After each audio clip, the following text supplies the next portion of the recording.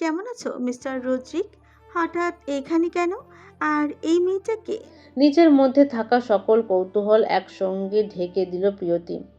রদ্রিকের কোনো হেলদোল হলো না, সে শান্তভাবে জবাব দিল। সাইকিয়াট্রিস্টের কাছে মানুষ যা করতে আসে আমি সেটাই করতে এসেছি। She is my wife, Mrs Rodrik Turna Sikdar. রদ্রিকের কথায় যেন প্রিয়তি ভীষণ রকমের চমকালো। সে কি সত্যিই শুনলো নাকি সে কি সত্যিই শুনলো, নাকি তার মনের ভুল? রদ্রিক বিয়ে করেছে? প্রিয়তি বিস্মিত নয়নে রদ্রিকের পাশে আঁটো হয়ে থাকা তূর্ণাকে দেখলো, আবার রদ্রিকের দিকে তাকালো। রদ্রিক যে মজা করার মতো মানুষ নয় সেটাও খুব ভালো করে জানে প্রিয়তি। তবু বিশ্বাস করতে বড্ড কষ্ট হলো তার। সত্যি বিয়ে করেছো তুমি? তো তোমার কি মনে হয় তোমার সঙ্গে আমি ফাইজলামি করছি? গম্ভীর স্বরে কথাটুকু বলল রদ্রিক। প্রিয়তি তূর্ণার দিকে তাকিয়ে বলে। ওর জন্যই কি অ্যাপয়েন্টমেন্ট নিয়েছো? রদ্রিক কোনো উত্তর দিল না। এইখানে সে এক মুহূর্তও থাকবে না। তূর্ণাকে নিয়ে বাহিরের দিকে পা বাড়াতে নিলে প্রিয়তি হঠাৎ বলে ওঠে। এত তাড়াতাড়ি বিয়ে করে নিলে, তাও আবার একটা পাগলকে। রদ্রিক শিকদারের রুচি এতটা খারাপ হলো কবে? প্রিয়তির কথা রদ্রিকের কর্ণগহ্বরে প্রবেশ মাত্রই অসম্ভব রকমের রাগে ফেঁপে উঠল সে। রাগে আগের থেকেও বেশি জল শক্ত হয়ে এলো। পিছন ফিরে রক্তিম চোখ প্রিয়তির উপর রেখে বলে। বিয়ে না করার কারণ তো দেখছি না, তাহলে বিয়ে করবো না কেন? And mind your language, she is my wife. পাগল হলে তোমার থেকে শতগুণ ভালো সে। তাই সেকেন্ড টাইম আমার ওয়াইফকে কিছু বলার আগে শতবার ভাববে কার ওয়াইফকে নিয়ে কথা বলছো। মাইন্ডেড। প্রিয়তি এক নজরে রদ্রিকের সঙ্গে মিশে থাকা তূর্ণাকে দেখে নিল। মুহূর্তেই হৃদয়ের মাঝে ঈর্ষার ঝড় বয়ে গেল। কেন গেল জানা নেই তার। প্রিয়তি আবারও বলে। তাই বলে একটা পাগলকে বিয়ে করবে? মেয়ের কি অভাব পড়েছিল? সে একটা পাগলকে বিয়ে করতে হলো তোমার? আমার মেয়েটার কি হবে যদি এই মেয়ে ওকে আঘাত করে তখন? রদ্রিকের দৃষ্টি রূপ নিল ভয়ঙ্কর কঠোরতায়। রক্ত লাল চোখে প্রিয়তির দিকে তাকিয়ে শিলাস্তম্ভের মতো ভারী স্বরে বলে। কথা একটু সংযত করো প্রিয়তি, তুমি একজন সাইকিয়াট্রিস্ট। মানসিক অসুস্থতাকে পাগলামি বলে তুচ্ছ করার মতো অশিক্ষিত নও তুমি, অন্তত হওয়ার কথা না। আর রইল মেয়ের কথা, ওইটা তোমার মেয়ে হয় কি করে? মা হওয়ার কোনো দায়িত্ব কিংবা কর্তব্য তুমি কি পালন করেছো? আজকে হঠাৎ মেয়ের জন্য তো দরদ আসলো কোত্থেকে? নেক্সট টাইম তোমার মুখ দিয়ে আমার মেয়ের শব্দটা যেন উচ্চারণ না হয়। রোদেলে শুধু আমার মেয়ে। প্রিয়তি হালকা হেসে কাঁধ ঝাঁকিয়ে বলে।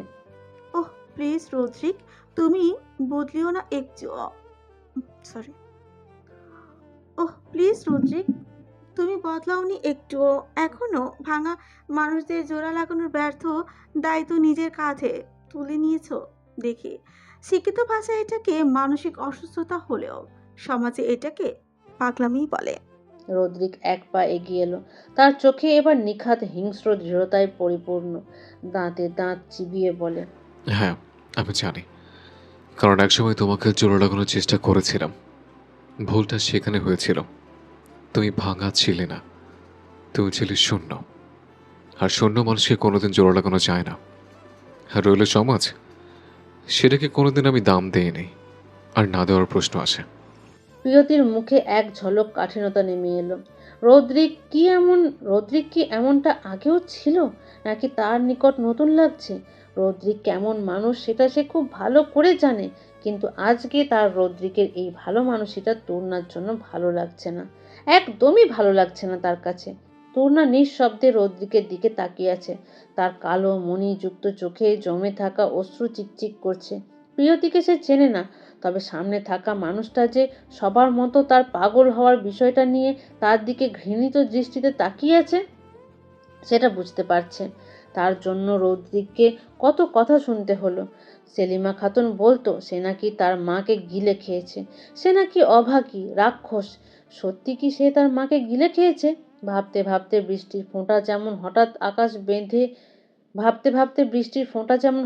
আকাশ বেঁধে ঝরে পড়ে, তেমনি তার অশ্রুবিন্দুগুলো গাল বেয়ে ঝরে পড়ল। রদ্রিক তূর্ণার হাতটা শক্ত করে নিজের সঙ্গে চেপে ধরে কেবিন থেকে বের হয়ে যায়। তূর্ণা ফুঁপিয়ে কান্না করে ওঠে।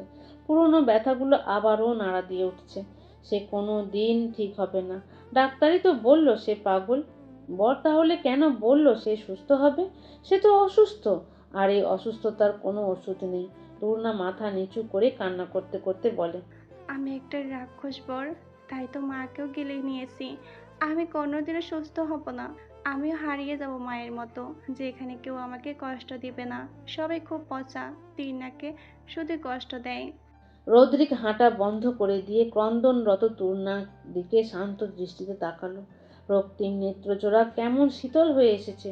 তূর্ণার দিকে পূর্ণ দৃষ্টি রেখে ভরসা দিয়ে বলে, আমি আছি। যতবার তুমি নিজেকে হারিয়ে ফেলবে ততবার আমি তোমাকে খুঁজে এনে আবার নিজের কাছে ফিরিয়ে দেব। তোর কি হয়েছে মিথিলা, এমন করছিস কেন? পিছন থেকে ইমা প্রশ্ন করে। ইমা শ্রাবণের মামাতো বোন হলেও সে আর মিথিলা সমবয়সী হওয়ায় তাদের মধ্যে বেশ ভালো বন্ধুত্ব রয়েছে। মিথিলা বারান্দায় উদাসী হয়ে দাঁড়িয়ে খোলা নীলিমার দিকে তাকিয়েছিল। হুট করে ইমার আগমনে সেখান থেকে দৃষ্টি সরিয়ে ইমার দিকে তাকায়। মিথিলাকে দেখে ঠিক মনে হচ্ছে না। নেত্রজোড়া কেমন লাল হয়ে আছে, চোখের পাতা ফুলেও আছে কিছুটা। ইমা কিছুটা আন্দাজ করে বলে, মিথিলা, তুই ঠিক আছিস তো? কান্না করছিস কেন? কান্না কেন করবো পাগল? আর আমি ঠিক আছি, এসে ভাবিস না। ইমা মানল না মিথিলার কথা। মেয়েটা অন্য সময়ের মতো হাসি খুশি না। বিষণ্ণতা মেয়েটাকে গ্রাস করে নিচ্ছে। ইমা হুট করে বলে ওঠে, রদ্রিক ভাইয়া আর তুন্না ভাবির বিয়ে নিয়ে মন খারাপ? এবার অন্তত না বলিস না। আমি বুঝতে পারছি তোর অবস্থাটা। ইমার কথা শুনে মিথিলা নিজের দমানো অনুভূতিগুলোকে আর আটকে রাখতে পারল না। দাঁত দিয়ে ঠোঁট কামড়িয়ে দলা পাকানো কান্নাগুলোকে আটকিয়ে কোনো রকমে বলে ওঠে, না, তুই একদম আমার অবস্থা বুঝতে পারবি না। আমার বড্ড কষ্ট হচ্ছে মা, ভীষণ কষ্ট হচ্ছে। হৃতিক কেন আমায় নিজের বললো না, কেন বললো না? ইমা কি বলবে বুঝতে পারল না। মেয়েটা অনেক আগ থেকেই রদ্রিককে ভালোবাসে, তবে সেটা কোনো দিন বলতে পারেনি। সবচেয়ে বড় কথা, রদ্রিক তখন বিবাহিত ছিল, তাই তখন নিজের মনকে এটা বলে সান্ত্বনা দিত যে রদ্রিক অন্য কারোর। কিন্তু প্রিয়তি আর রদ্রিকের যখন ডিভোর্স হলো, তখন মিথিলা রদ্রিককে নিজের করে পাওয়ার আশা আবারও দেখতে শুরু করে। কিন্তু রদ্রিক তখনও তাকে ফিরিয়ে দেয়। তবে মিথিলা নিজের জায়গা থেকে সরে যায়নি। ভেবেছিল এবার বাবাকে বলে তার আর রদ্রিকের বিয়ে ঠিক করাবে, কিন্তু হুট করেই রদ্রিকের অন্যত্র বিয়ে ঠিক হয়ে যায়। সে কিছু করার আগেই রদ্রিক আবারও তার হাতছাড়া হয়ে যায়। আকাশ আজ যেন প্রাচীন কোনো অভিশাপের নীরব উন্মোচন, অন্ধকারের কুহেলিকা ছিঁড়ে বৃষ্টি ধারার অবিরাম অবতরণ। প্রকৃতির প্রতিটি শিরা উপশিরায় বইছে এক উন্মত্ত স্পন্দন, যেন বহুদিন ধরে স্তব্ধ হয়ে থাকা পৃথিবী আজ নিজের অন্তর্লীন আর্তনাদকে জলধ্বনির আবরণে প্রকাশ করছে। রদ্রিক বসে আছে তার প্রশস্ত রুমে, অভিজাত নিস্তব্ধতার এক গুমট কারাগারে। সামনে খোলা ল্যাপটপে নীলাভ আলোক রেখা তার কঠোর মুখাভাবে ফেলেছে এক শীতল দীপ্তি। আঙুলগুলো চলমান। রুমে এই মুহূর্তে শুধু সেই আছে, রোদেলা আর তূর্ণা বাকিদের সঙ্গে। সেদিনের পর আজকে নিয়ে 2 দিন হলো মেয়েটা কিছুটা স্বাভাবিক হয়েছে। সেদিনের ঘটনা মেয়েটাকে একদম নিশ্চুপ বানিয়ে দিয়েছিল। আরও তূর্ণা এমনিই অন্যদের তুলনায় অনেকটাই শান্ত।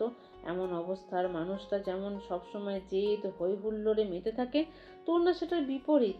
মেয়েটার চঞ্চলতাকে বন্দি করে দেওয়া হয়েছে এক আতঙ্কে ভরা ছায়ায়। কিন্তু মন তার স্থির রইল না। চিন্তার প্রবাহ হঠাৎ কাছ থেকে ছিটকে বের হয়ে কোথায় গিয়ে হোঁচট খেল। বাইরে ঝড়ের গর্জন, জানালার কাঁচে নিরন্তর বৃষ্টির প্রহার। ভোর থেকেই টিপটিপ করে বৃষ্টি হচ্ছিল, কিন্তু সেটা এখন মুষলধারের রূপ নিয়েছে। হঠাৎই নিস্তব্ধতার বুক চিরে ভেসে এলো এক চিৎকার। এতক্ষণ বৃষ্টি ঝিরিঝিরি শব্দ ছাড়া অন্য শব্দ শোনা যাচ্ছিল না। এই চিৎকার কোনো ভয়ের আর্তনাদের নয়, বরং এক অদ্ভুত উল্লাসে ভেজা, বুনো উন্মাদনার আহ্বানের। রদ্রিকের ভ্রু কুঁচকে উঠল। কৌতূহল, বিরক্তি আর অজানা এক টানে সব মিলিয়ে তাকে টেনে নিয়ে গেল বারান্দায়। বাইরে পা রাখতেই ঝড় তাকে আঘাত করলো নির্দয় আলিঙ্গনে। চলতে থাকা বৃষ্টির কণাগুলো তার উপর হামলে পড়ছে। তার দৃষ্টি স্থির হয়ে গেল। বৃষ্টি স্নাত বাগানের মাঝে জল কাদার উচ্ছৃঙ্খল ছিটে ফোটার ভেতরে দাঁড়িয়ে আছে তূর্ণা। না, দাঁড়িয়ে নয়, সে নৃত্যে মগ্ন। তার এলোমেলো কেশরাশি বৃষ্টির স্রোতে ভিজে গিয়ে শরীরের সঙ্গে লেপ্টে আছে। ফ্যাকাশে মুখাবয়ব অদ্ভুত এক দীপ্তিতে উজ্জ্বল হয়ে উঠেছে, যেন ভেতরের সমস্ত শূন্যতা আজ বৃষ্টির জল দিয়ে পূর্ণ করতে চাচ্ছে। তার হাসি অসংলগ্ন, তবুও নির্মল বিকারগ্রস্ত, তবুও অদ্ভুতভাবে পবিত্রে মেশানো। বাগানে শুধু তূর্ণা রয়েছে এমনটা নয়, বাগানে সবাই রয়েছে, সকলেই এক উন্মাদনায় মগ্ন, কিন্তু রৌদ্রিকের গম্ভীর নেত্রযুগল মুক্ত পাখির মতো বৃষ্টিতে উল্লাস করা তূর্ণার উপর আবদ্ধ। তূর্ণা হাসছে, সে যেন নিজের ভেতরের সমস্ত অন্ধকারকে ছিন্ন করে উন্মাদ আনন্দে ভাসছে। রৌদ্রিক স্থির হয়ে দাঁড়িয়ে রইল। তার ভেতরে কোনো প্রেমের স্পন্দন জাগলো না, কোনো মমতার নরম আবেশও এলো না। তবুও এই দৃশ্য তাকে অদ্ভুতভাবে আচ্ছন্ন করে ফেলল। এটা কি? করুণা? করুণা নাকি বিস্ময়, নাকি এক অজ্ঞাত টান যার কোনো সংজ্ঞা তার যুক্তিবাদী মন খুঁজে পাচ্ছে না? গায়ে জড়ানো শাড়িটা একদম দেহাবশেষে লেপ্টে গেছে। এক রাস স্নিগ্ধতা এসে ভর করেছে তূর্ণার মুখ জুড়ে, আলাদা এক দীপ্তিময় স্নিগ্ধতা। মেয়েটা মুখ জুড়ে অসম্ভব মায়ায় চড়াচড়ি। মেয়েটা কি শুরু থেকেই এতটা মায়াবী, এতটা স্নিগ্ধতা ভরপুর ছিল? কই, আগে তো দেখেনি। তাহলে আজকে এত নতুন লাগছে কেন? রৌদ্রিক শান্তভাবে ভিজতে থাকা তূর্ণাকে দেখছে। বৃষ্টি যে তার বিলাসিনী হাওয়া দিয়ে ভিজিয়ে দিচ্ছে সেটা তার বোধগম্য হওয়ার পরও দাঁড়িয়ে রইল। বাকিদের সঙ্গে সমান তালে তূর্ণা আনন্দে মেতে উঠেছে। তার হুঁশ নেই আশেপাশে কি হচ্ছে। রৌদ্রিক তূর্ণার দিকে তার গুরু গম্ভীর নেত্রপল্লব তীক্ষ্ণভাবে তাক করে তাকিয়ে রয়েছে। তূর্ণা সবার সঙ্গে আবারও ঘুরতে শুরু করলো। তার পদচারণা আর পদচারণের মধ্যে কোনো সামঞ্জস্য নেই, তবুও সেখানে এক অদ্ভুত মুক্তির আরতি রয়েছে। বৃষ্টির জল তার চোখের কোণ বেয়ে গড়িয়ে পড়ছে, নাকি তা অশ্রু তা বোঝার উপায় নেই। তার ঠোঁটে লেগে থাকা হাসি ধীরে ধীরে বিকৃত হয়ে যাচ্ছে, যেন আনন্দ আর যন্ত্রণার সীমারেখা কোথাও গিয়ে একাকার হয়ে গেছে। হঠাৎই তার পা পিছলে মাটিতে পড়ে গেল। হঠাৎ এমনটা হয়, সবাই অবাক হয়ে গেছে। তাড়াতাড়ি করে তূর্ণার দিকে এগিয়ে জিজ্ঞেস করে, তুমি ঠিক আছো তো ভাবি? তূর্ণা কোনো জবাব দিল না, নিশ্চুপ হয়ে রইল। উপরে দাঁড়িয়ে থাকা রৌদ্রিকের দৃষ্টি আরো তীক্ষ্ণ হলো। দীর্ঘশ্বাস ফেলে বারান্দা থেকে বের হয়ে সোজা নিচে গেল। বৃষ্টি কমে এসেছে এবার। ভেজা বাগানে কোনো দ্বিধা ছাড়াই সে তূর্ণার নিকট এগিয়ে গেল দ্রুত পায়ে, প্রায় স্বতঃস্ফূর্ত তাড়নার সঙ্গে। তূর্ণার শরীর এখন ভিজে মাটির উপর আছড়ে পড়ে আছে। রৌদ্রিককে এখানে দেখে বাকিরা একটু ঘাবড়ালো, কারণ রৌদ্রিক পছন্দ করে না এইভাবে বৃষ্টিতে ভেজা, কারণ বৃষ্টিতে ভিজলেই সব কটা জ্বর আসবে। রৌদ্রিক সকলের দিকে তীক্ষ্ণ দৃষ্টিতে তাকিয়ে গম্ভীর স্বরে বলে, তোদের বারণ করেছে না বৃষ্টিতে ভিজতে না? সবাই কাঁচুমাচু চোরা দৃষ্টিতে রৌদ্রিকের গাম্ভীর্য ঠাসা মুখশ্রীখানা দেখে নিল। রৌদ্রিক সকলের দিকে এক নজর তাকিয়ে কড়া আদেশে বলে, তাহলে সবকটা এই মুহূর্তে ভিতরে যাবি আর হট ওয়াটার দিয়ে শাওয়ার নেবি। সময় 1 মিনিট। রৌদ্রিকের কথা শেষ হওয়া মাত্রই সকলেই ভেজা শরীর নিয়ে সোজা বাড়ির ভেতরে ছুটে যায়। তূর্ণা ভয়ার্ত চোখে রৌদ্রিকের দিকে তাকিয়ে আছে। রৌদ্রিক সকলের উপর থেকে দৃষ্টি সরিয়ে তূর্ণার দিকে তাকালো, অতঃপর ভ্রু কুঁচকিয়ে তূর্ণার উদ্দেশ্যে বলে, তোমাকে কি নতুন করে দাওয়াত দিতে হবে? এত লাফাচ্ছিলে কেন? ব্যথা পেয়ে খুব ভালো লাগছে বুঝে? রৌদ্রিকের কথায় তূর্ণার চোখ ছলছল করছে। ছুলে যাওয়া হাতটা বেশ পীড়া দিচ্ছে। কাউকে তখন বলেনি, কিন্তু হাতে প্রচণ্ড জ্বালাপোড়া করছে। রৌদ্রিক হাঁটু গেড়ে বসে আস্তে করে তূর্ণার ডান হাতটা উঁচু করে ধরল। বৃষ্টি স্নিগ্ধ পানিতে সব ময়লা ধুইয়ে গিয়ে লাল টসটস করছে হাতখানা। রৌদ্রিক হাতের দিকে তাকিয়েই বলে, মেডিসিন লাগলে সেরে যাবে, চিন্তা করো না। এখন ওঠো, নাহলে ঠান্ডা লাগবে। তূর্ণা ছলছল চোখে রৌদ্রিকের দিকে তাকিয়ে রইল। তার ভেজা চুলের ফাঁক দিয়ে ছলছল করা চোখ দুটি রৌদ্রিকের চোখের সঙ্গে মিলিত হলো। সেই দৃষ্টিতে আর আগের মতো উন্মাদ উচ্ছ্বাস নেই, বরং সেখানে জমে উঠেছে এক অদ্ভুত ক্লান্তি, এক গভীর অব্যক্ত শূন্যতা। তূর্ণা ক্ষীণ প্রায় ভাঙা কণ্ঠে বলে, আপনি আপনি কি শুনতে পান না ওদের? রৌদ্রিকের ভ্রু কুঁচকে উঠল। কার কথা বলছো? তার কণ্ঠ স্বাভাবিকের তুলনায় নিচু ভারী। তূর্ণা মৃদু হেসে উঠল, একটা শীতল অসংলগ্ন হাসি।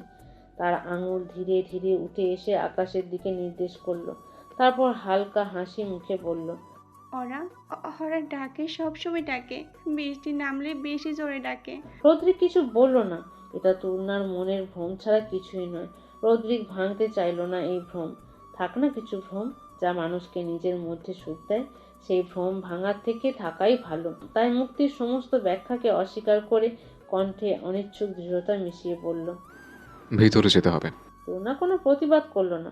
অদ্ভুতভাবে শান্ত হয়ে গেল সে, যেন তার সমস্ত উন্মাদনা হঠাৎ করেই নিঃশ্বাস হয়ে গেছে।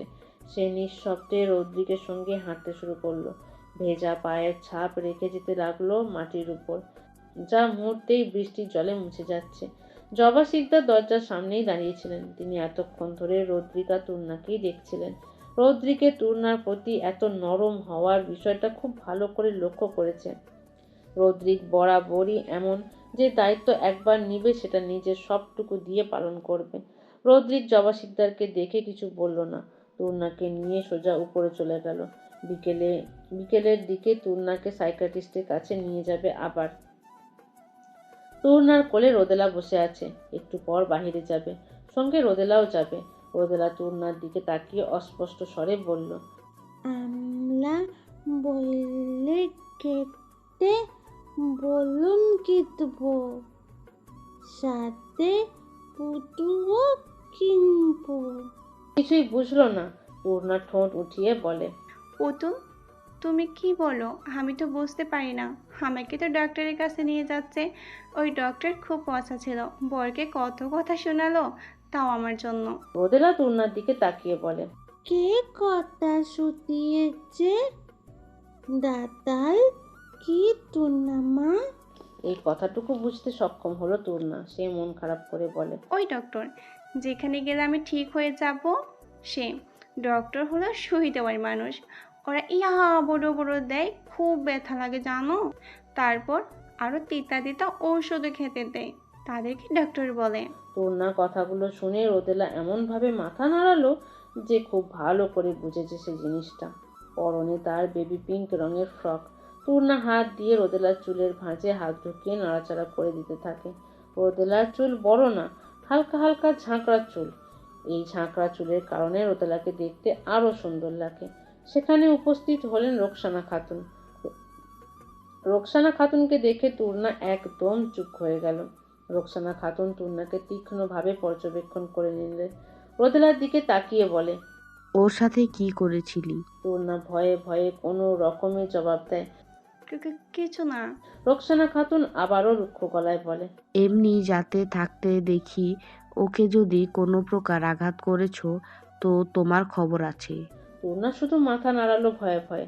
এদিকে রোদেলা রোকসানা খাতুনের দিকে তাকিয়ে হালকা জেদি স্বরে বলে, টুনি পূজা, টুনি পূজা, টুনা মাকে বকছো কেন? রোকসানা খাতুন এবার নরম চোখে রোদেলার দিকে তাকালেন, শান্ত স্বরে বলে, বুকলাম কই? তোমার ওই নতুন মা তো মানসিক রোগী, তোমাকে যাতে ব্যথা না দেয় তাই বললাম। টুনা মা বেটা দেয় না, টুনা মা অনেক ভালো। রোকসানা খাতুন আর কিছু বললেন না। তূর্ণার সঙ্গে রোদেলার বেশ ভাব হয়ে গেছে। কেউ কিছু বললেই এইভাবে প্রতিবাদ জানাবে। কিছু না বুঝলেও এতটুকু বোঝে তূর্ণার সঙ্গে রাগী ভাবে কথা বলছে। আর সে তো বোঝে কোনটা ভালোবাসার ডাক আর কোনটা রাগী ডাক। এর মধ্যে ফোনে কথা বলতে বলতে রদ্রিক আসে। রোকসানা খাতুন নাতির দিকে তাকিয়ে জিজ্ঞেস করে, ওরে ডাক্তারের কাছে নিতাসস ঠিক হইব তো অয়, নাকি পাগলই থাকবো আজীবন? রোকসানা খাতুনের কথা শুনে রদ্রিক তাড়াতাড়ি ফোনে কথা শেষ করে ফোনটা পকেটে পুরে নিল। তারপর একবার বসে থাকা তূর্ণা আর রোদেলাকে শান্ত চোখে দেখে নিল। নানু প্লিজ, পাগল শব্দটা ব্যবহার না করলে হয় না? ওর সমস্যাটা কোথায় আমরা সেটা জানি না। আর মানসিক অসুস্থতাকে পাগল বলা যায় না। যদি ওর ভাগ্যে সুস্থতা থাকে তাহলে ও সুস্থ হবে। রোকসানা খাতুন নাতির কথায় সন্তুষ্ট হতে পারলেন না। তিনি বেজায় হয়ে বলেন, সুস্থ না হইলে এরে ছেড়ে দিবি তুই? এমন অসুস্থ মানুষের সাথে আজীবন কাটাবি কিভাবে? রোদেলা বড় হইব, আর তো ওর আরো সন্তান হইব, তাই না? সেগুলাও যদি এর মতো পাগল হয় তখন? রোকসানা খাতুনের কথায় রদ্রিক দীর্ঘশ্বাস ফেলে বলে, দাদি, সব কিছুতে আগাম ভাবছে কেন? কে বলেছে পাগল হলে তার সন্তান পাগল হবে? আর আমি ওকে সুস্থ এই জন্য করতে চাইছি না যে আমার আরও সন্তানের প্রয়োজন। আল্লাহ চাইলে সব সম্ভব, তাই এইসব চিন্তা বাদ দাও। বলে তিনি চলে গেলেন। এদিকে তূর্ণা নীরবে মাথা নিচু করে রেখেছে। না চাইতেও চোখের কার্নিশ বেয়ে দুফোঁটা অশ্রু গড়িয়ে পড়ল। রোদেলা সেটা দেখে উতলা হয়ে উঠল। টুনা মা কাঁদে না, কাঁদতে না বাবা, টোনাম্মা কাঁদে কাঁদে। রদ্রিক রোদেলার কথায় তূর্ণার দিকে তাকালো, আস্তে করে রোদেলাকে নিজের কোলে নিয়ে নিল। কাঁদুক, তার চোখের জল বেশি, তাই মানুষের কথায় কাঁদে বেশি। ওঠ আর আমার পেছনে আয়। বলেই রোদেলাকে নিয়ে সামনে এগিয়ে গেল। তূর্ণা চোখের পানি মুছে রদ্রিকের পিছনে ছুটল। বিকেল পেরিয়ে সন্ধ্যা নেমেছে আকাশ জুড়ে। সময়ের বুক চিরে এগিয়ে চলেছে এক নিস্তব্ধ ভারাক্রান্ত নৈশব্দ। নগরীর প্রান্ত সীমায় দাঁড়িয়ে থাকা বহুতল ক্লিনিকের জানলাগুলোতে আলো জ্বলছে। কেবিনের মধ্যে বসে আছে সে, তার পাশে তূর্ণা, এক নিঃশেষিত সত্তা, যে অস্তিত্বের রংচটা প্রান্তে দাঁড়িয়ে থাকা এক ক্ষয়িষ্ণু প্রতিচ্ছবি। তার দৃষ্টি শূন্যে নিবদ্ধ, অথচ সেই শূন্যতার গভীরে লুকিয়ে আছে অজস্র অচেনা ভীতি, অনুক্ত ব্যথার গুমড়ে ওঠা অজানা কথা। আঙুলগুলো কাঁপছে ক্ষীণ কম্পনে, যেন প্রতিটি স্নায়ু ভেঙে পড়ছে নিজস্ব প্রতিধ্বনির ভয়ে। বারবার এদিক ওদিক দেখছে সে, আর রোদেলার ছোট্ট হাতটা ধরে রেখেছে তূর্ণা। বেশ অনেকটা সময় হয়েছে এসেছে এখানে। রদ্রিক সামনে বসে থাকা লোকটার দিকে তাকিয়ে জিজ্ঞেস করে, ডক্টর, মানুষের ভেতরের এই ভাঙন, এটা কি কখনো পূর্ণতা পায়, নাকি শূন্যতা চিরস্থায়ী নিয়তি হয়ে দাঁড়ায়? লোকটার নাম নীরব। সে কিছুক্ষণ নীরব রইলেন, তার দৃষ্টি স্থির হলো তূর্ণার উপর। তিনি দম ছেড়ে বলেন, মানসিক বিপর্যয় কোনো ক্ষণস্থায়ী ঝড় নয় মিস্টার রুদ্রিক, এটা এক দীর্ঘস্থায়ী আবহাওয়া, যার প্রতিটি পরিবর্তন ধীর, জটিল এবং কখনো কখনো প্রতারণাময়। সময় লাগবে অনেকটা। তাহলে কি কোনোদিন স্বাভাবিক হবে তোর না? নীরব ক্ষীণ নিঃশ্বাস ফেলে বললেন, স্বাভাবিক শব্দটা অপেক্ষিক। আমরা যা করতে পারি তা হলো তার ভেতরের বিশৃঙ্খলাকে কিছুটা শৃঙ্খলায় বাঁধা, তার আতঙ্ককে ভাষা দেওয়া, তার শূন্যতাকে সহনীয় করে তোলা, কিন্তু সম্পূর্ণ নিরামীও তা নিশ্চিত করে বলা যাচ্ছে না। এই উত্তর যেন বজ্রঘাতের মতো আছড়ে পড়ল রদ্রিকের নিকট। তার দৃষ্টি ছুটে গেল তূর্ণার দিকে। সে এখনও নির্বিকার, নিজের অদৃশ্য জগতে বন্দী। ঠোঁটের কোণে অস্পষ্ট কিছু শব্দ, যা ভাষায় ধরা দেয় না। রোদেলার সঙ্গে খুনসুটিতে মেতে উঠেছে সে। নীরব আবারও বলে, দেখুন মিস্টার, ওনার সমস্যাটা জন্মগত। তারপর যা বুঝলাম, খুব অল্প বয়সে ওনার মাথায় গভীর কোনো আঘাত পেয়েছিলেন, যার কারণে সমস্যাটা একটু জটিল। মানসিক অসুস্থকে সুস্থ করা সম্ভব, তবে ওনার জিনিসটা একটু ভিন্ন। এমন মানুষদের সাথে সবসময় ইতিবাচক ব্যবহার করাটাই কাম্য, কারণ তারা আমাদের থেকে কিছুটা নাজুক হয়ে থাকে। সময়ের সঙ্গে ওনাদের শরীর বৃদ্ধি পেলেও মস্তিষ্ক আর মন দুটো বাচ্চাই রয়ে যায়। তাছাড়া আপনার ওয়াইফকে দেখে যা বুঝলাম, উনি বেশ ট্রমাটিক পরিবেশে বেড়ে উঠেছেন, যার জন্য ওনার মধ্যে যে চঞ্চলতা থাকার কথা সেটাও নেই। এক ধরনের আতঙ্ক তার মধ্যে রয়েছে। তবে হ্যাঁ, এটা সম্পূর্ণ নিরাময় করা না গেলেও ওনাকে কিছুটা হলেও স্বাভাবিক করা যেতে পারে। তবে এখানে সময়ের ব্যাপার আছে। ওনার প্রতি আরও কেয়ারফুল হতে হবে, সঙ্গে ইতিবাচক আচরণ করতে হবে। যেসব জিনিস ওনাকে বেশি ট্রমা দেয় সেগুলো যাতে ওনার সঙ্গে না হয় সেটাও খেয়াল রাখতে হবে।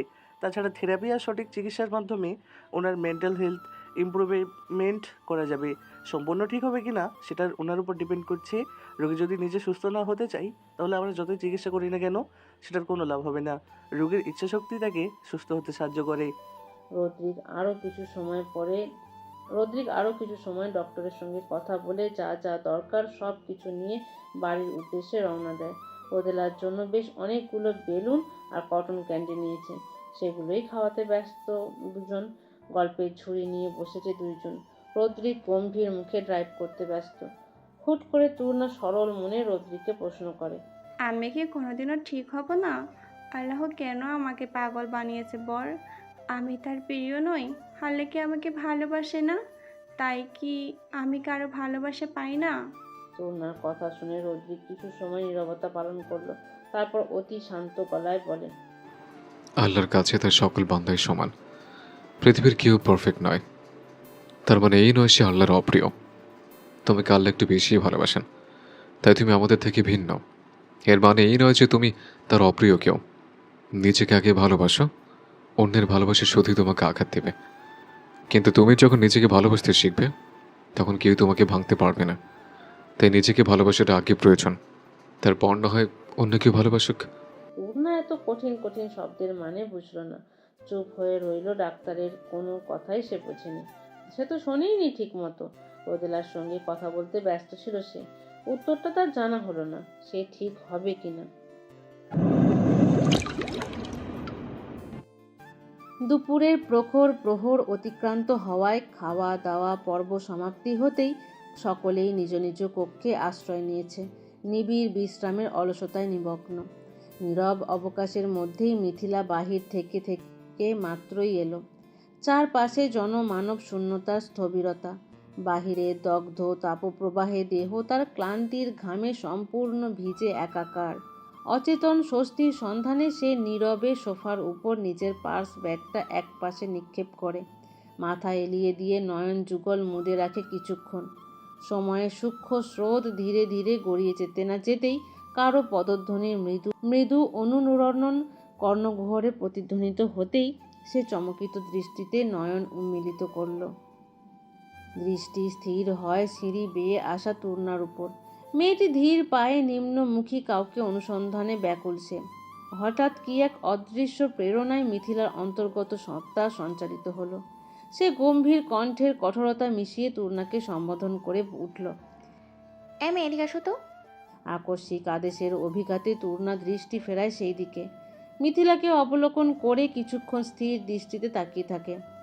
তার সেই স্তব্ধ অবস্থান মিথিলার ধৈর্যের প্রান্ত ছুঁয়ে ফেলতেই সে এবার কিছুটা উচ্চ কণ্ঠে পুনরায় ডেকে ওঠে। এমএ তোমাকে ডাকছি, কানে যায় না? এদিকে আসো তাড়াতাড়ি। ধমকের তীক্ষ্ণ অভিঘাতে তূর্ণার দেহে হালকা কম্পন জাগল। মাথা নিচু করে সে ধীর পায়ে মিথিলার সম্মুখে এসে দাঁড়ালো। নির্বাক দাঁড়িয়ে থেকে কেবল হাত কচলাতে থাকে এক অজানা আশঙ্কার আবেশে। মিথিলা তার তীক্ষ্ণ অনুসন্ধিৎসু দৃষ্টি তূর্ণার ওপর নিবদ্ধ করে রুক্ষ স্বরে উচ্চারণ করে বলে, আমার জন্য লেবু পানি নিয়ে আসো, যাও। আর হ্যাঁ, এটা যেন তুমি নিজে বানাও, কাজে লোকদের দিয়ে না। এখন যাও, তাড়াতাড়ি নিয়ে আসো। মিথিলার কুঞ্চিত ভ্রু ও ক্রুদ্ধ মুখাবয়বের আর চোখে পর্যবেক্ষণ করেই তূর্ণা নিঃশব্দে রান্নাঘরের দিকে অগ্রসর হয়। তার মূল উদ্দেশ্য ছিল রুমা শিকদারকে খোঁজা, কিন্তু মিথিলার প্রতি তার অন্তর্লীন ভীতির জন্য নীরবে সবটা মেনে নিচ্ছে। প্রতিবারই এই নারী সম্মুখীন হলে এমন কঠোর বাক্যাবাণের সম্মুখীন হতে হয়, যার ফলে ভয়ে শিকড় ক্রমেই গভীরে প্রথিত হয়। রান্নাঘরে প্রবেশ করে তূর্ণা চারপাশে দৃষ্টিপাত করে।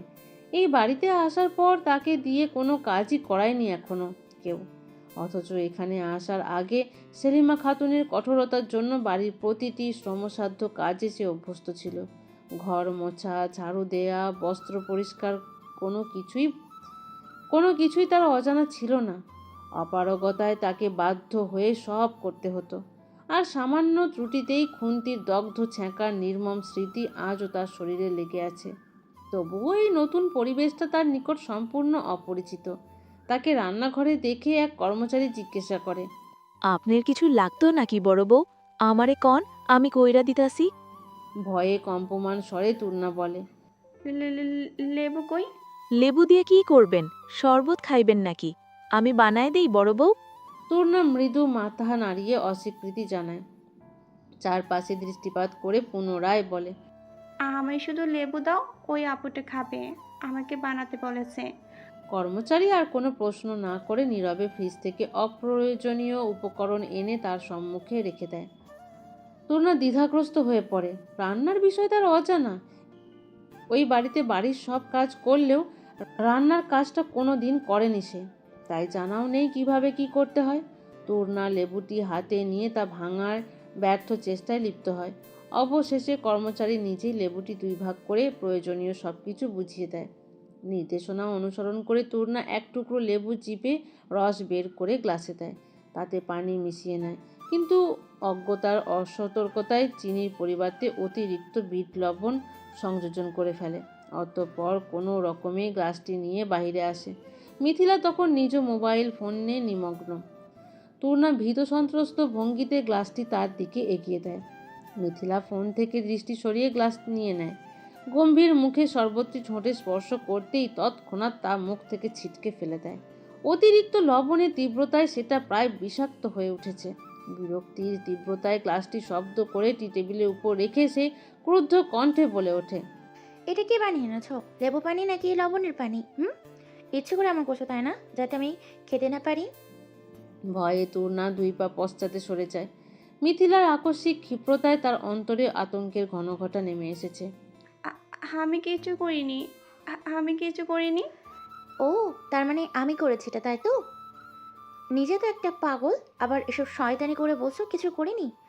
তোমার তো পাগলকে এই বাড়িতে কীভাবে রেখেছে আল্লাহ জানি। বেয়াদব মেয়ে কোথাকার, পাগল হয়েও অন্য জিনিস ঠিকই চিনি নিতে জানো। মিথিলার বাক্যবাণের নির্মম আঘাতে তূর্ণার নেত্রকোণে অশ্রুবিন্দুরা সঞ্চারিত হয়। সে নাক টেনে কাঁপা কণ্ঠে বলে ওঠে, হ্যাঁ আমি পাগল, তুমি তো ভালো, তাহলে আমার সাথে কেন এমন করছো? বর বলেছে আমি ঠিক হয়ে যাব, তারপরে আমি কেন পাগল বলছো? বর তো বলেছে টিনা ভালো হয়ে যাবে। আমি তো এসব বানাতে পারি না, তুমি খুব পয়সা, আমাকে শুধু শুধু বকছো। এই বাক্যসমূহ মিথিলার অন্তর্লীন দহনকে প্রজ্বলিত অগ্নিকুণ্ডে রূপান্তরিত করে। ক্ষিপ্র ক্ষিপ্র ক্রোধে সে টেবিলের উপর রাখা গ্লাসটি সজোরে নিচে নিক্ষেপ করে। মুহূর্তেই তা ভেঙে অসংখ্য কণায় বিচ্ছুরিত হয়ে পড়ে ফ্লোরে। তূর্ণা সন্ত্রস্ত হয়ে সরে যেতে উদ্যত হলে মিথিলা হিতাহিত জ্ঞানশূন্য ক্রোধে তার কোমল গালে প্রবল জোরে চর বসিয়ে দেয়। আঘাতের তীব্রতায় তূর্ণা মাটিতে লুটিয়ে পড়ে। ভাঙা কাচের সূক্ষ্ম খণ্ডগুলি তার দেহ ভেদ করে রক্তিম রেখার আভাস ছড়িয়ে পড়ে। সংবৃত অশ্রুগুলো আর স্থির থাকতে না পেরে গড়িয়ে পড়ে গাল বেয়ে। মিথিলা আবারও বিষাক্ত ক্রোধে উচ্চারণ করে, বর বর বর, ও তোমার বর না, আর না তুমি ঠিক হবে। তুমি পাগল পাগলই থাকবে। তোমার জায়গায় আজকে আমার থাকার কথা ছিল, কিন্তু তোমার মতো একটা পাগল আমার জায়গায় কেড়ে নিয়েছে।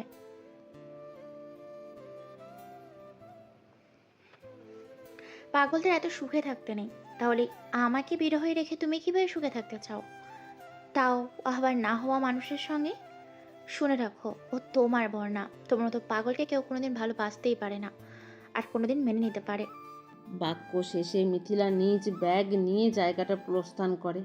ফ্লোরের শীতল পৃষ্ঠে তূর্ণা নিথর হয়ে পড়ে আছে।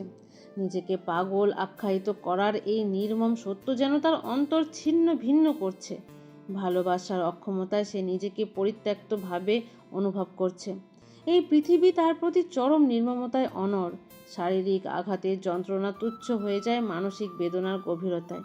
অশ্রুসিক্ত দৃষ্টিতে উপর পানে চেয়ে সে কাতর স্বরে উচ্চারণ করে, আল্লাহ, তুমি খুব পচা, আমি কেন পাগল বানাইলে? আমায় কেন ভালোবাসো না তুমি?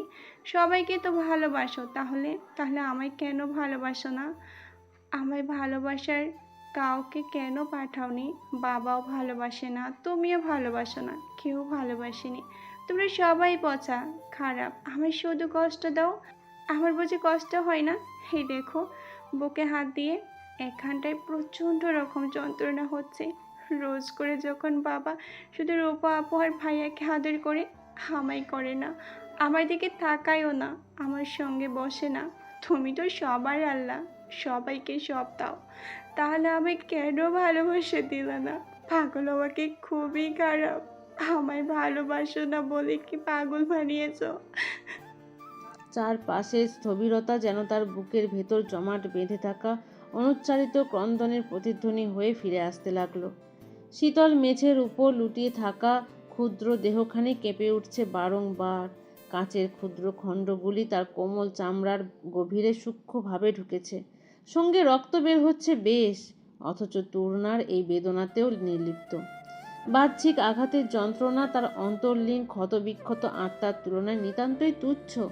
তার ভিতরের ভাঙন, তার মনের ছিন্ন ভিন্ন শৈশব আর ভালোবাসার আকুতি, অবুঝ শিশুর মতো কাঁদতে কাঁদতে সে নিজের বুকে হাত চেপে ধরে, যেন এই স্পন্দমান হৃৎপিণ্ডটাকে থামিয়ে দিতে চায়।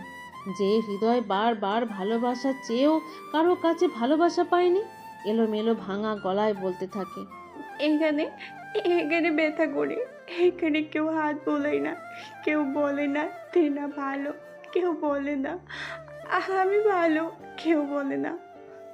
তার কথাগুলো স্পষ্ট নয়, ছিন্ন সূত্রের মতো জড়িয়ে যাচ্ছে বারবার।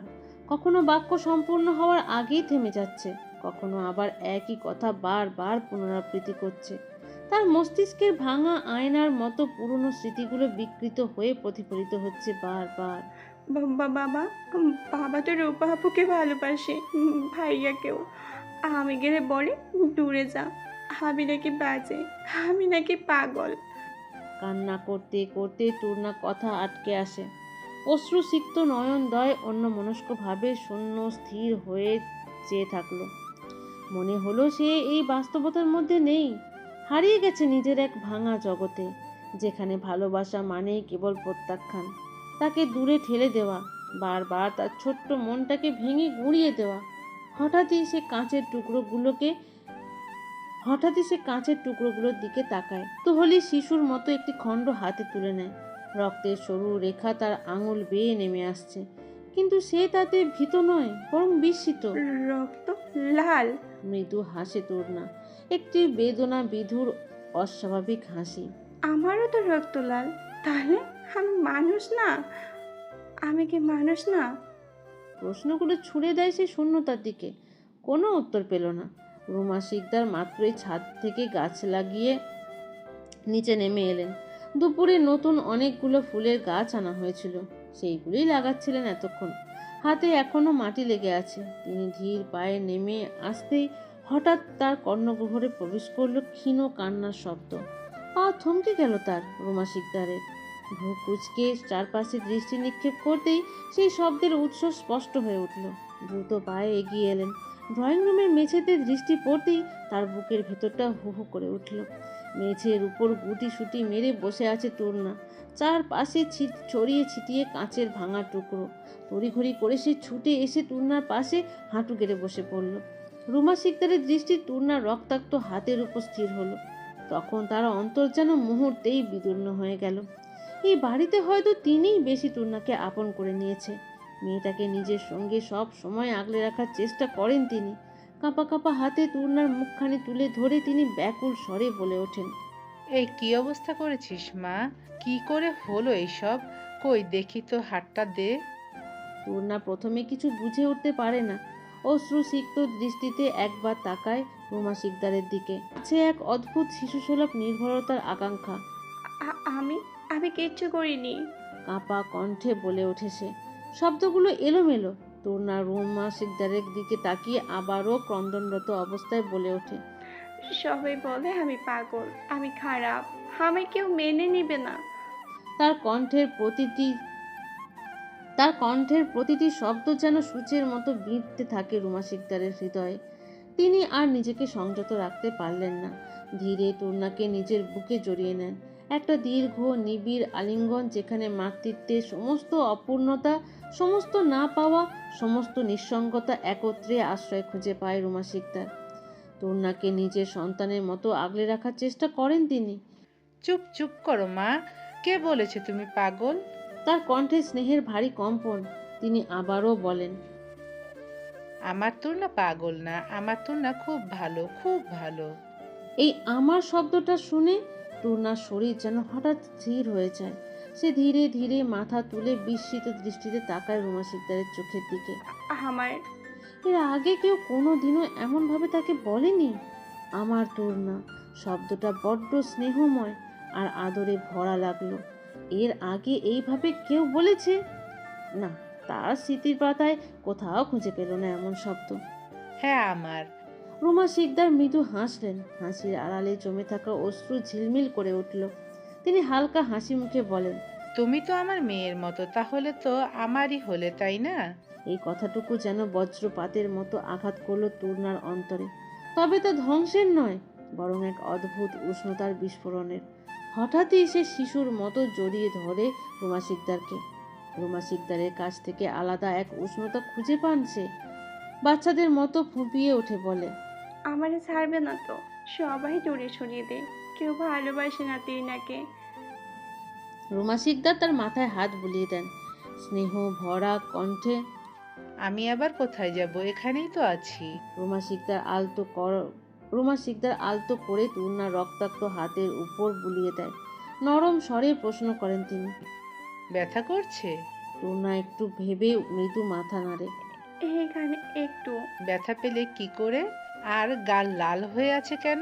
তূর্ণা মাথা উঠিয়ে ছলছল চোখ করে বলে, ও চাপও মেরেছে। আমি পাগল বলে পরে আমাকে মানতেই চায় না। আমি নাকি তার জায়গা নিয়েছি। আমি তো লেবু পানি বানাতেই পারি না, তাই ভুল হয়েছে। রুমা শিকদার দীর্ঘশ্বাস ফেলেন। বুঝলেন কার কথা বলছে। মিথিলার ব্যবহার আসার পর থেকেই তিনি লক্ষ্য করেছে মেয়েটা কেমন চুপচাপ, আর তূর্ণার প্রতি অদৃশ্য এক ক্ষোভ আছে সেটাও বুঝতে পেরেছেন। আচ্ছা বাদ দাও, ওর হয়তো মন খারাপ তাই এমনটা বলেছে, এইসব মনে রাখতে নেই। রদ্রিক তোমায় না মানলে এখানে আর থাকতে হতো না তোমায়, তাই ওর কথা মনে নিও না। দুপুর গড়িয়ে বিকেলের অনিশ্চিত দোলাচলে ঝুলে আছে সময়, না পুরোপুরি দিবালোক, না সন্ধ্যার নিবিড় আবরণ। আকাশের গাঢ় নীলাভ স্তরে জমাট বেঁধেছে বৃষ্টিধারার অশ্রুবিন্দু। ঝরঝর শব্দ ভেঙে পড়ছে জলের নিরবিচ্ছিন্ন স্রোত, যেন ধরণীর অন্তর্লীন সমস্ত গোপন কন্দনের বহিঃপ্রকাশ। এই দুর্বার বর্ষণেই বাইরে আটকা পড়ে গেছে শ্রাবণ। দুপুরের পরপর বাইক নিয়ে বের হয়েছিল সে। অনেকদিন পর বন্ধুদের সঙ্গে আড্ডায় এসেছিল। এখান থেকে মতিঝিলের দিকে যাচ্ছিল, আর এই সবেই দুর্বার বর্ষণের আগমন। এখন সে দাঁড়িয়ে আছে এক আধ ভেজা পথের ধারে। চারপাশে ঝাপসা জলরেখার আড়ালে বিলীন হয়ে গেছে পরিচিত পৃথিবী।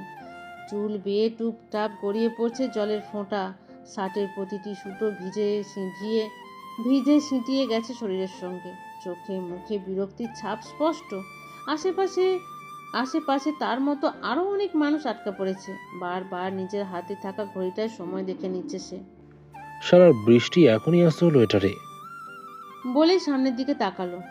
হুট করে এক অদ্ভুত দৃশ্য তার চেতনার পর্দা ছিন্ন করে প্রবেশ করলো।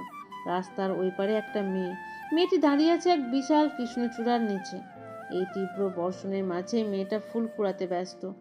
গাঢ় নীল শাড়িতে মোড়া তার অবয়ব, বৃষ্টি পানিতে চুলের লম্বা রেখাগুলো অদ্ভুত পিঠে লেপ্টে গেছে। মেয়েটার মুখশ্রী স্পষ্ট নয়, কিন্তু সেই অস্পষ্টতাতেই লুকিয়ে আছে এক গভীর আকর্ষণ, এক অমোঘ টান, যা ব্যাখ্যা ব্যতীত। শ্রাবণ কৌতূহলী সেই দিকেই তাকিয়ে আছে। সত্যি কি ওখানে কেউ আছে, নাকি বৃষ্টি ভেজা বিকেলে তার কোনো মায়া বিভ্রম? হুট করেই কেমন কৌতূহল জন্মালো মেয়েটাকে জানার। সে জানে মেয়েরা ফুল পাগল হয়, কিন্তু তাই বলে বৃষ্টির মাঝেও কি ফুল করানো সম্ভব? শ্রাবণ বাইকের চাবিটা পকেটে পুরে সামনের দিকে যেতেই অসাবধানতার জন্য পা ফেলতে কাদা জল ছিটকে উঠল চারপাশে। কিন্তু তার দৃষ্টি আর সরালো না সেই রহস্যময়ী থেকে। হৃদস্পন্দন ক্রমশ বেড়ে উঠছে, যেন অজানা কোনো আশঙ্কা আর আকর্ষণের দ্বন্দ্বে আটকে গেছে তার অস্তিত্ব। মেয়েটি ধীরে ধীরে মাথা তুলল, হাতে অনেকগুলো কৃষ্ণচূড়া ফুলের ডাল। আর তখনই হুট করে বজ্রপাতের তীব্র আলো এক ঝলকে আলোকিত করে দিল চারপাশ। শ্রাবণ স্পষ্ট দেখতে পেল মেয়েটার উচ্ছ্বাসে ভরা চোখ দুটো। অস্বাভাবিক রকমের উচ্ছ্বাস মাতানো নেই চোখ, আর ঠোঁটে ভেসে উঠেছে এক ক্ষীণ রহস্যময় হাসি। মুহূর্তেই শ্রাবণের শরীরের প্রতিটি রন্ধ্রে শীতল স্রোত বয়ে গেল। এর আগে এমন ঘটনা তার সঙ্গে ঘটেনি, তাহলে আজকে এত ভিন্ন কেন? কাউকে দেখার এত কৌতূহল হলো কবে তার?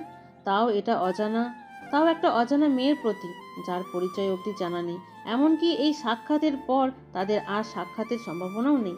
বৃষ্টি সম্পূর্ণ ভিজিয়ে দিচ্ছে শ্রাবণকে। শ্রাবণ মাসে শ্রাবণ নিজেই ভিজে গেছে আজ। শ্রাবণ এগিয়ে যেতে চাইল, তবে আটকা পড়ল তার পা। যে কেন এগিয়ে যাবে? মনের মধ্যে প্রশ্নের ঘুরপাক খেলো। পকেটে থাকা ফোনখানা বের করে আনলো, তারপর ক্যামেরা ওপেন করে জুম করে ভিডিও করতে শুরু করলো। মেয়েটা নিজ আনন্দে কয়েকটা ফুল ছিঁড়ে নিজের কানে গুঁজিয়ে রেখেছে। ফুলগুলো হাতে নিয়ে বারবার নেড়ে নেড়ে দেখছে। জুম করায় মেয়েটার মুখ স্পষ্ট হয়ে উঠেছে অনেকটা। শ্রাবণ ভিডিও করছে, সত্যি কি তাই? তাও কারো অনুমতি ব্যতীত। শ্রাবণ দ্রুত ভিডিওটা অফ করে দিল। সে কি করছে এসব? নিজের করা কাজে নিজেই সে হতভম্ব। হোয়াট দ্য হেল শ্রাবণ, এইসব তুই কি করছিস? তুই কি পাগল হয়েছিস? মেয়েটাকে না চেনেই তোর ফোনে জায়গা করে নিলি? নিজেকে কথাগুলো বলে ওঠে শ্রাবণ। আবারও দূরে থাকা মেয়েটাকে এক নজর দেখে দৃষ্টি সরিয়ে নিল। কিছু না ভেবে গাড়ির চাবি বের করে বৃষ্টি থামার অপেক্ষা না করে বাইক দিয়ে বৃষ্টির মধ্যেই ভিজে যেতে থাকে। এমনিও সম্পূর্ণ ভিজে একাকার সে, তাই বৃষ্টি থামা অপেক্ষা করেও লাভ নেই। তবে তার মস্তিষ্ক থেকে মেয়েটাকে বের করতে পারছে না সে। বারবার ভেসে উঠছে মেয়েটার মুখশ্রী। শ্রাবণ নিজের উপর বিরক্ত হয়েও যায়। হুট করে নজরে পড়া একটা মেয়েকে নিয়ে এত ভাবার কি আছে? কৃষ্ণচূড়া ফুলের ডালগুলো হাসি মুখে নিয়ে ইরা সামনের দিকে যেতে থাকে। বৃষ্টি আর কৃষ্ণচূড়া বরাবরই তার পছন্দ।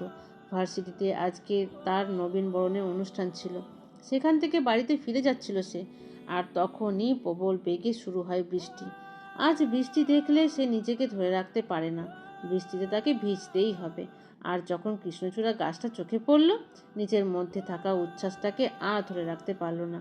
ছুটে গাছের তলায় এসে দাঁড়িয়ে ফুল নেওয়ার চেষ্টা করছিল। আর ভাগ্যক্রমে প্রবল বাতাসের কারণে বড় একটা ডাল ভেঙে নিচে পড়ায় এখান থেকে কৃষ্ণচূড়া ফুলগুলো নিয়ে নেয়।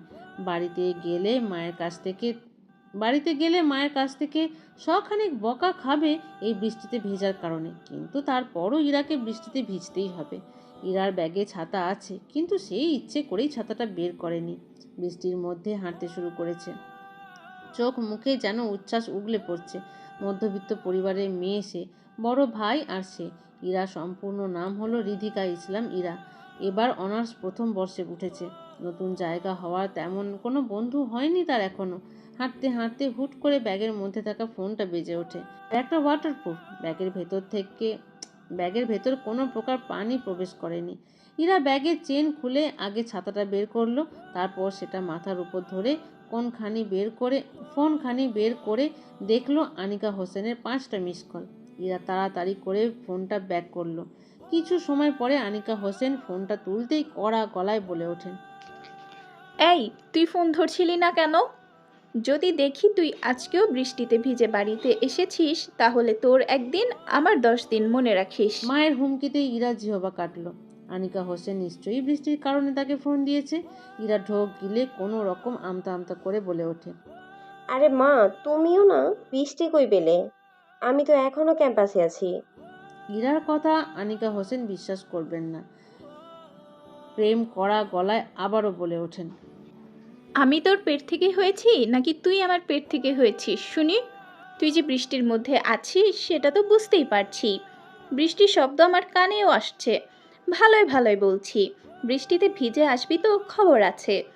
ডাক্তার না করেছে তোকে এখন বৃষ্টিতে ভিজতে। উফ মা, ছাড়ো তো। এত ভয় দেখাও কেন তুমি? কিছুক্ষণ পর বাসায় আসছি, আচ্ছা? বলে ফোনটা কেটে দেয় ইরা। আনিকা হোসেন কি করে যে বুঝে যায় কখন সে কি করছে। ইরা আর মাথার উপর থেকে ছাতা সরানোর সাহস করলো না। কয়েকদিন হলো জ্বর থেকে উঠেছে। আবারও বৃষ্টিতে ভেজার কারণে জ্বর আসলে আনিকা হোসেন তাকে আর আস্ত রাখবে না। নিশীথের নিগুড় নৈঃশব্দ ভেদ করে আজ রজনী যেন এক উন্মত্ত উল্লাসে আত্মবিসর্জন দিয়েছে। আকাশের গাঢ় কৃষ্ণাভ ক্যানভাস জুড়ে আজকে আর চাঁদের দেখা মিলল না। বইতে থাকা বাতাসে ধরণী আজ সূচি শুভ্র। বাতাসে তাণ্ডবী হুঙ্কারে কেঁপে উঠছে নিঃসঙ্গ বৃক্ষরাজি। ছিন্ন ভিন্ন ভুবন কাঁপিয়ে বৃষ্টি নামবে। গৃহপ্রাচীরের বাইরে ঝড়ের উন্মত্ততা যেমন অসংযত, তেমনি ভেতরের রুমে জমে উঠেছে আরও এক গভীর নিস্তব্ধ অন্ধকার। রুমের কোণে গুটিসুটি মেরে বসে আছে তূর্ণা। একটি ভাঙা মন, একটি আতঙ্কিত সত্তা, একটি অবহেলিত অস্তিত্ব। তূর্ণার এলোমেলো চুলগুলো মুখমণ্ডলে ঢেকে রেখেছে। অশ্রুসিক্ত গাল বেয়ে শুকনো রেখার দাগ স্পষ্ট। 2 হাত জড়িয়ে রেখেছে হাঁটুর চারপাশে, যেন নিজেকেই আঁকড়ে ধরে আছে। ভয় পাচ্ছে যদি হাত ছেড়ে দেয় তবে সেও হারিয়ে যাবে এই নির্মম পৃথিবীর ভিড়ে। রোদেলা জবা শিকদারের কাছে বাচ্চাটার জ্বর হয়েছে বিকেল থেকে। তূর্ণার ওষ্ঠাগত কাঁপছে তীর করে। অস্পষ্ট ছিন্ন ভিন্ন কিছু শব্দ বেরিয়ে আসছে বারবার। সবাই চলে যান, সবাই যাবে, কেউ থাকবে না, আমি একা, আমি একা। বলতে বলতে তূর্ণার হঠাৎ হেসে উঠল, একটি অস্বাভাবিক বেদনা ভারাক্রান্ত হাসি। আবার মুহূর্তেই সেই হাসি ভেঙে যাচ্ছে করুণ কান্নায়। আমি ভালো না, আমি পাগল। নিজের মাথায় নিজেই আলতো চাপড় দিতে থাকি, তাই না? তাই না? তাহলে সবাই চলে যান, চলে যাও, সবাই চলে যাও না কেন? এমনটা তার সঙ্গে হওয়াটাও নতুন নয়। যেদিন তার ভিতরকার কষ্টগুলো অসহ্য হয়ে ওঠে তখন এমন আচরণ শুরু করে দেয়। এমনটা করার জন্য সেলিমা খাতুনের কাছ থেকে মার খাওয়া লাগতো, কিন্তু এখানে মার দেওয়ার মতো কেউ নেই। রুমা শিকদার হাতে ব্যান্ডেজ করে দিয়েছে। বিষয়টা তিনি জবা শিকদারকেও জানিয়েছেন। মিথিলার এমন কাজে তিনিও অবাক হয়েছে। রৌদ্রিক মেনে নেওয়ার পর জবা শিকদার আর তূর্ণাকে কোনো প্রকার হাত তোলেনি। রাশেদুল শিকদারও কড়াভাবে বাড়ির বউয়ের গায়ে হাত তোলা থেকে নিষেধ করে দিয়েছে। যত যাই হোক, তূর্ণা এখন এই বাড়িরই বউ। রুদ্রিকের চোখে এইসব পড়লে চুপ করে থাকবে না সে। দেখা গেল রেগে মেগে কি করে বসবে আল্লাহ জানে। দুপুরের পর তুর্না আর বাইরে বের হয়নি। রুমা শিকদার রুমে এনে রেখে গেছেন, এখানেই আছে। রোদেলাও নেই সঙ্গে। রুমা শিকদার রুমে এনে রেখে গেছেন, এখানেই আছে। রোদেলাও নেই সঙ্গে। তাই তুর্নার যে নিজের মধ্যে থাকা দলা পাকানো কষ্টটাকে সরিয়ে তার সঙ্গে কথা বলবে। রুমা শিকদার এসে খাইয়ে দিয়ে গেছেন রাতে জোর করে। এই নিয়ে রুমা শিকদারের হাতে 2 বার খেলো তুর্না। তুর্না এই জিনিসটা একদমই হাতছাড়া করেনি। জীবনে প্রথমবার কেউ এত স্নেহ জড়িয়ে নিজে হাতে তুলে খাইয়ে দিয়েছে তাকে। সব সময় রূপাকে আর সোহেলকেই সেলিমা খাতুন আর লুকমান হোসেনকে খাইয়ে দিতে দেখে দূর থেকে। তাই যখন প্রথমবার রুমা শিকদার তুর্নাকে খাইয়ে দিয়েছে, তুর্না হাও মাও করে কেঁদে উঠেছিল। আলাদা এক তৃপ্তি পেয়েছে তার তৃষ্ণান্ত হৃদয়। আর আজকেও খাওয়ার হাতটা কেটে গিয়েছে, তাই রুমা শিকদার নিজেই তুলে খাইয়ে দিয়েছে। মিথিলার কথাগুলো এখনো তুর্নার কর্ণকুহরে রিন রিন শব্দ করে বেজে চলেছে। বারবার মনে হচ্ছে তার সামনে মিথিলা রক্ত চক্ষু করে তাকিয়ে বলছে, তুমি পাগল, সবাই তোমাকে ফেলে চলে যাবে। পাগলকে কেউ ভালোবাসে না, পাগল পাগলই থাকে, এটা কোনোদিন ঠিক হয় না। তুর্নার 2 কান চেপে ধরে ফুঁপিয়ে ফুঁপিয়ে বলে ওঠে, তুমি খুব মজা, খুব মজা। আমি আমি ঠিক হব, আমি ঠিক হব। বলতে বলতে চুপ হয়ে যায়, তবে ফোঁপানি বন্ধ হয় না। ঠিক সেই সময়েই দরজাটা খট করে খুলে যায়। প্রবেশ করলো রৌদ্রিক। কোলে তার ঘুমন্ত রোদেলা। দীর্ঘ কর্মব্যস্ততার পর ক্লান্ত শরীর নিয়ে ঘরে ফিরেই জবা শিকদারের কাছে চলে গিয়েছিল। রোদেলার জ্বর আসছে শুনেই তাড়াতাড়ি ফেরার চেষ্টা করেছে। রৌদ্রিককে তীক্ষ্ণ দৃষ্টি কুঁচকিয়ে এলো মুহূর্তেই। রুমটা কেমন নিস্তব্ধতায় ঘেরা আছে। তার তীক্ষ্ণ দৃষ্টি মুহূর্তেই টের পেল অস্বাভাবিকতার গাঢ় ছোঁয়া। চারপাশে নিস্তব্ধতা, সেই সঙ্গে ভেসে আসা অসংলগ্ন শব্দ। রৌদ্রিক দেরি না করে রুমের সব লাইট অন করতেই রুমের এক কোণে তুর্নাকে হাঁটুর ভাঁজে মুখ লুকিয়ে থাকতে দেখতে পায়। মুহূর্তেই কুঁচকে যাওয়া ভ্রুটা আরো কুঁচকিয়ে আসলো। ধীর পায়ে বিছানার দিকে এগিয়ে রোদেলাকে আস্তে করে শুইয়ে দিল। তুর্না এতক্ষণে মুখ তুলে তাকালো। নেত্রজোড়া অসম্ভব রকমের লাল হয়ে আছে, সঙ্গে ফুলে উঠেছে। রৌদ্রিক বুঝল না এই অবস্থার কারণ। দ্রুত পায়ে সে এগিয়ে এলো তুর্নার নিকট। গভীর কিন্তু অতি কোমল স্বরে ডেকে উঠল সে। তুর্না চমকে উঠল, আতঙ্কিত দৃষ্টিতে তাকালো তার দিকে, যেন অচেনা কাউকে দেখছে। রৌদ্রিককে দেখে অস্বাভাবিকভাবে বলে ওঠে, না না না না, তুমি এসো না, তুমি চলে যাও, সবাই যাবে। সে মাথা নাড়িয়ে পিছনে সরে যেতে চাইল। রৌদ্রিক বুঝলো না কি হয়েছে। তারপরও তুর্নাকে শান্ত করার জন্য জিজ্ঞেস করলো, আমি কোথাও যাচ্ছি না, তুমি ভয় পেও না তুর্না। তুর্না বিভ্রান্তি দৃষ্টিতে তাকিয়ে থেকে বলে, সত্যি তুমি যাবে না? রৌদ্রিক তার সামনে হাঁটু গেড়ে বসে পড়ে। চোখের সমতলে এনে নিজের দৃষ্টি স্থির করে শান্ত গলায় বলে, এই পাশে আছি শব্দ দুটি যেন তুর্নার ভেতরের ভাঙা প্রাচীরের একটুখানি আশ্রয়ের আলো ফেলে। তুর্না রৌদ্রিকের দিকে তাকিয়ে ঠোঁট উল্টিয়ে কেঁদে দেয়। কান্না করতে করতে বলে, পয়সাপু বলেছে আপনিও রেখে আমাকে ফেলে চলে যাবেন, আপনি আমাকে সবার মতো দূরে ঠেলে দিবেন, আর আর আমি কোনোদিনও ঠিক হব না। ডিরেক্টর মিথ্যে কথা বলেছে বর। তুর্নার কথায় রৌদ্রিক কৌতূহলী জিজ্ঞাসা করে, কাঁদছো কেন? কেউ কিছু বলেছে? আর হাতে ব্যথা পেয়েছো কিভাবে? তুর্না ফোলা ফোলা চোখ তাক করে বলে, আপনি আমায় মিথ্যা কেন বলেছেন? আমি তো পাগল, আর পাগলরা ঠিক হয় না কোনোদিনও। আপনি শুধু শুধু আমাকে বলেছেন আমি ঠিক হব। রৌদ্রিক এবার কণ্ঠে হালকা কঠোরতা এনে জিজ্ঞেস করে, কে এসব বলেছে তোমায়? বাড়তি একটা কথাও না তোর না, চেষ্টা মেয়ে, কে বলেছে তোমাকে এসব কথা? তুর্না কাঁদতে কাঁদতে আবারও বলে, আপনি বলেছেন আমি ঠিক হয়ে যাব, কিন্তু সবাই সবাই বলে আমি কোনোদিনও ঠিক হব না। সবার মধ্যে আপনিও আমাকে ফেলে দূরে যাবেন। আমি পাগল বলে আপনি আমায় মেনে নেননি, আমি সব জানি। রৌদ্রিক নিজের রাগটাকে দমিয়ে শান্ত কণ্ঠে বলে, তুমি অসুস্থ, এটা সত্যি, কিন্তু তার থেকে বড় সত্যি হলো তুমি এখনো বেঁচে আছো। আর যতদিন তুমি বেঁচে আছো ততদিন আমি তোমার পাশে থাকবো। আর মানুষ তোমাকে দূরে সরে দিয়েছে বলে তুমি একা নও, কারণ আমি এখনো তোমার পাশে দাঁড়িয়ে আছি। আর রৌদ্রিক শিকদার চলে যাওয়ার মতো মানুষ নয়, মানুষ তোমাকে ফেলে গেছে বলে তুমি মূল্যহীন নাও, বরং তার বুঝতে পারোনি তোমার মূল্য আসলে কি। তরুণার ছলছল চোখে রদ্রিকের দিকে তাকালো, ঢোক নিল। রদ্রিক ব্যান্ডেজ করা হাতের দিকে তাকিয়ে আবারও জিজ্ঞেস করে, ব্যথা পেয়েছো কিভাবে? আর কে তোমাকে পাগলে বলেছে? পচা আপু গ্লাস ফেলে দিয়েছিল। এইখানে খুব জোরে চোরও মেরেছে, নিচে পড়ে গিয়ে হাতে ব্যথা পেয়েছি। পচা আপু? এটাকে? অনেক সুন্দর করে উম, মিথি ওনার নাম। রদ্রিক বুঝতে পারল কার কথা বলছে। রাগে চোয়াল শক্ত হয়ে এলো তার। নেত্রদ্বয় বন্ধ করে বড় নিঃশ্বাস টেনে শান্ত করলো নিজেকে। চোয়াল শক্ত রেখেই তরুণার হাতের দিকে তাকিয়ে বিন্দু মাত্র বিলম্ব না করে আলতো সুরক্ষিত এক স্পর্শ করে জিজ্ঞেস করে, ব্যথা করছে? নিম্ন স্বরে জিজ্ঞেস করে সে। তরুণা একটু ভেবে মাথা নাড়ে। একটু, কিন্তু ওখানে বেশি ব্যথা করেছে। রোজ করে জানো পর। বুকে হাত রেখে বলে। রদ্রিকের চোখে এক মুহূর্তের জন্য বিষাদের ছায়া খেলে যায়। মেয়েটাকে সে যত ভালোভাবে রাখার চেষ্টা করছে, কোনো না কোনোভাবে তার আপন মানুষগুলোর কাছ থেকেই আঘাতগুলো পাচ্ছে মেয়েটা। রদ্রিক তরুণাকে আশ্বাস দিয়ে বলে, সব ঠিক হয়ে যাবে, তুমি আমার রোদের দিকে একটু খেয়াল রাখো, আমি আসছি। তরুণার এতক্ষণে নজর গেল বিছানায় ঘুমন্ত রোদেলার দিকে। তরুণা সেই দিকে ফোলা ফোলা চোখে তাকিয়ে জিজ্ঞেস করে, পুতুলকে ঘুমিয়ে পড়েছে? জানো, ও আজকে আমার সাথে ছিল না, তাই আরো খারাপ লাগছিল আমার। ও অসুস্থ, তাই তোমার সঙ্গে ছিল না। অসুস্থ হওয়ার কথা শুনতেই তরুণা উঠে দৌড়ে ঘুমন্ত রোদেলার কাছে ছোটে। আটকে আসা অশ্রুবিন্দুগুলো আবারও ঝরতে শুরু করেছে।